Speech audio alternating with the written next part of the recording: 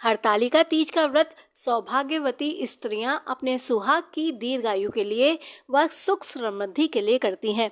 वहीं कुंवारी कन्याएं अपने मन के अनुरूप पति को प्राप्त करने हेतु माँ गौरी व भगवान शंकर की पूजा एवं व्रत करती हैं।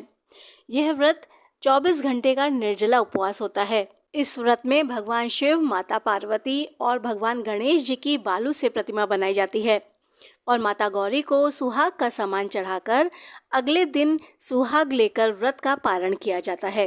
हरतालिका तीज का व्रत हरतालिका तीज कथा के बिना अधूरा है। आइए आज हरतालिका तीज की कथा सुनते हैं। नमस्कार, स्वागत है आपका आपके चैनल ज्योतिष मार्ग पर।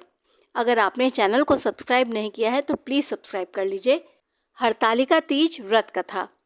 एक बार भगवान शिव ने माता पार्वती जी को उनके पूर्व जन्म का स्मरण कराने के उद्देश्य से इस व्रत के महत्व की कथा कही थी। श्री भोले शंकर बोले, हे गौरी, पर्वतराज हिमालय पर स्थित गंगा के तट पर तुमने अपनी बाल्यावस्था के 12 वर्षों तक अधोमुखी होकर घोर तप किया था। इतनी अवधि तुमने अन्न ना खाकर पेड़ों के सूखे पत्ते चबाकर व्यक्त किए। माघ की विकराल शीतलता में तुमने निरंतर जल में प्रवेश करके तप किया। वैशाख की जला देने वाली गर्मी में तुमने पंच अग्नि से शरीर को तपाया।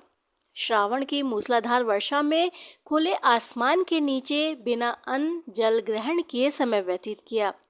तुम्हारे पिता तुम्हारी कष्ट साध्य तपस्या को देखकर बड़े दुखी होते थे। उन्हें बड़ा क्लेश होता था। तब एक दिन तुम्हारी तपस्या तथा पिता के दुख को देखकर नारद जी तुम्हारे घर पधारे। तुम्हारे पिता ने हृदय से अतिथि सत्कार करके उनके आने का कारण पूछा। नारद जी ने कहा, गिरिराज, मैं भगवान विष्णु के भेजने पर यहाँ उपस्थित हुआ हूँ।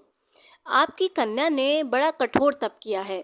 इससे प्रसन्न होकर वे आपकी सुपुत्री से विवाह करना चाहते हैं। इस संबंध में आपकी राय जानना चाहता हूँ। नारद जी की बात सुनकर गिरिराज गदगद हो उठे। उनके तो जैसे सारे दुख ही दूर हो गए। प्रसन्नचित्त हो वे बोले, श्रीमान, यदि स्वयं विष्णु मेरी कन्या का वरण करना चाहते हैं तो भला मुझे क्या आपत्ति हो सकती है।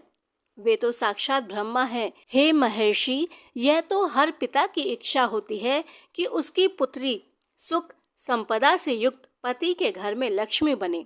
पिता की सार्थकता इसी में है कि पति के घर जाकर उसकी पुत्री पिता के घर से अधिक सुखी रहे। तुम्हारे पिता की स्वीकृति पाकर नारद जी भगवान विष्णु के पास गए और उनसे तुम्हारे ब्याह के निश्चित होने का समाचार सुनाया।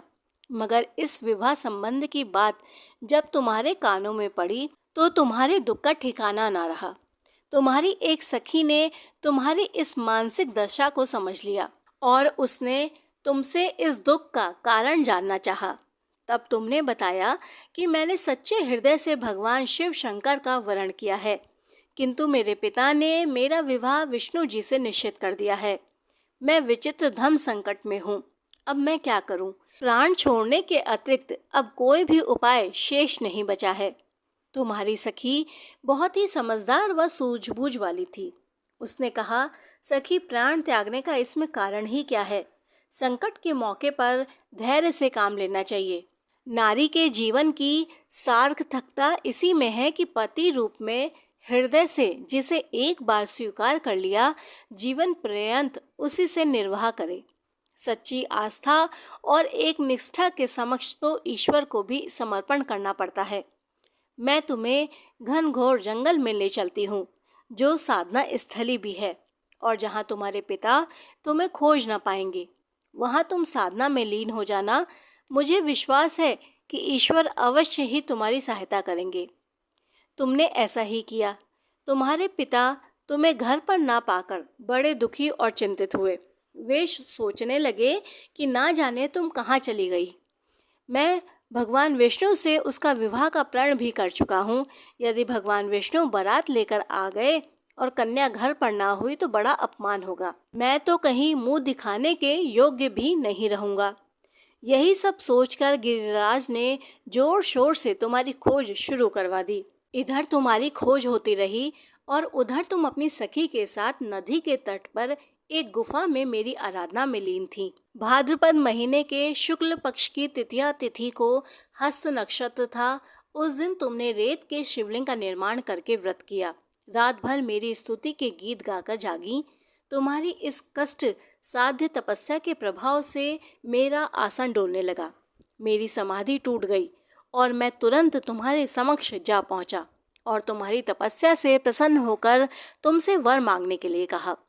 तब अपने तपस्या के फलस्वरूप मुझे अपने समक्ष पाकर तुमने कहा, मैं हृदय से आपको पति के रूप में वरण कर चुकी हूँ। यदि आप सचमुच मेरी तपस्या से प्रसन्न होकर आप यहाँ पधारे हैं तो मुझे अपनी अर्धांगिनी के रूप में स्वीकार कर लीजिए। तब मैं तथास्तु कह कैलाश पर्वत पर लौट आया। प्रातः होते ही तुमने पूजा की समस्त सामग्री को नदी में प्रवाहित करके अपनी सहेली सहित व्रत का पारण किया। उसी समय अपने मित्र बंधु व दरबारियों के सहित गिरिराज जी तुम्हें खोजते खोजते वहां आ पहुँचे और तुम्हारी इस कष्ट साध्य तपस्या का कारण तथा उद्देश्य पूछा। उस समय तुम्हारी दशा को देखकर गिरिराज जी अत्यंत दुखी हुए और पीड़ा के कारण उनकी आंखों से आंसू उमड़ आए थे। तुमने उनके आंसू पोंछते हुए विनम्र स्वर से कहा, पिताजी, मैंने अपने जीवन का अधिकांश समय कठोर तपस्या में बिताया है। मेरी इस तपस्या का उद्देश्य केवल यही था कि मैं महादेव को पति के रूप में पाना चाहती थी। आज मैं अपनी तपस्या की कसौटी पर खरी उतर चुकी हूँ। आप क्योंकि विष्णु जी से मेरा विवाह करने का निर्णय ले चुके थे, इसलिए मैं अपने आराध्य की खोज में घर छोड़कर चली आई। अब मैं आपके साथ इसी शर्त पर घर वापस जाऊंगी कि आप मेरा विवाह विष्णु जी से ना करके महादेव जी से करेंगी। गिरिराज जी मान गए और तुम्हें घर ले गए। कुछ समय के पश्चात विधि विधान पूर्वक उन्होंने हम दोनों को विवाह सूत्र में बांध दिया। हे पार्वती, भाद्रपद की शुक्ल तिथिया को तुमने मेरी आराधना करके जो व्रत किया था, उसी के फलस्वरूप मेरा तुमसे विवाह हो सका।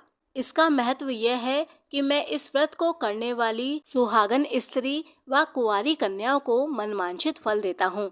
इसलिए सौभाग्य की इच्छा करने वाली प्रत्येक युवती को यह व्रत पूरी एक निष्ठा तथा आस्था से करना चाहिए।